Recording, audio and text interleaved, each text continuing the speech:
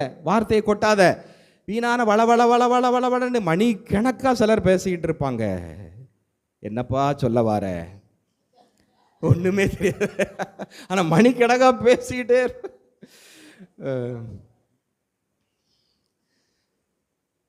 ஒரு புனிதர், அவர் பேசியதால் அவருடைய நாவு அழியாமல் இருந்தது.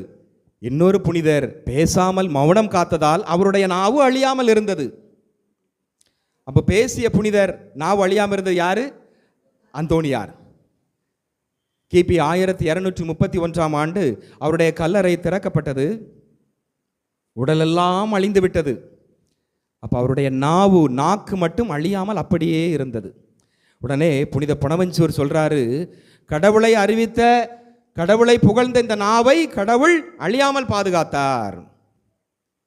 ஐரோப்பா கண்டத்திலே பொஹேமியா நாட்டினுடைய அரசன் வென்சஸ்லாஸ், அவருடைய மனைவி சோஃபியா, அவருடைய ஆன்ம ஆலோசகர் குருவானவர் நெபோமுக் என்பவர்.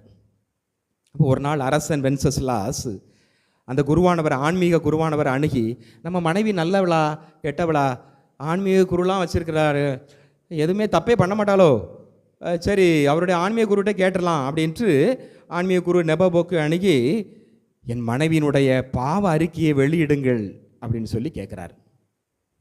அவர் அமைதியாக இருந்தார். நான் இந்த நாட்டினுடைய அரசன் கேட்கிறேன், என் மனைவியினுடைய பாவ அறிக்கையை வெளியிடுங்கள். அவர் மௌனம் காத்தார். உன்னை நான் சித்திரவதை செய்வேன், கொலை செய்வேன், சொல்லிவிடு. மௌனம். பாவ சங்கீதன ரகசியம், கன்ஃபெஷனல் சீக்ரெட், வெளியே சொல்லக்கூடாது. கடைசியில் இந்த அரசன் சித்திரவதை செய்து கொலை செய்தான்.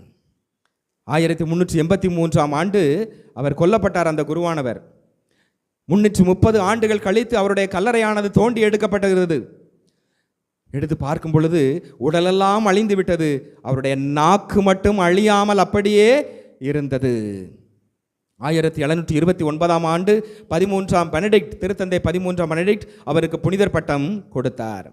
எனவே ஒரு புனிதர் பேசியதற்காக அவருடைய நாவு அழியாமல் இருந்தது, இன்னொரு புனிதர் பேசாமல் மௌனம் காத்ததற்காக அவருடைய நாவு அழியாமல் இருந்தது. எனவே நமது வார்த்தைகள், பேச்சு எப்படி இருக்க வேண்டும்? சில நேரம் நம்ம பேசணும், சில நேரம் பேசக்கூடாது. எல்லா நேரமும் பேசாமல் அமைதியாகவும் இருக்கக்கூடாது, சரிதானே? ஆண்டவர் இயேசு கூட அவருடைய போதனைகள் சில நேரத்தில் பேசினார், சில நேரத்தில் பேசாமல் இருந்தார். மத்தேயு நற்செய்தி 7ஆம் அதிகாரம் 28வது வசனம்.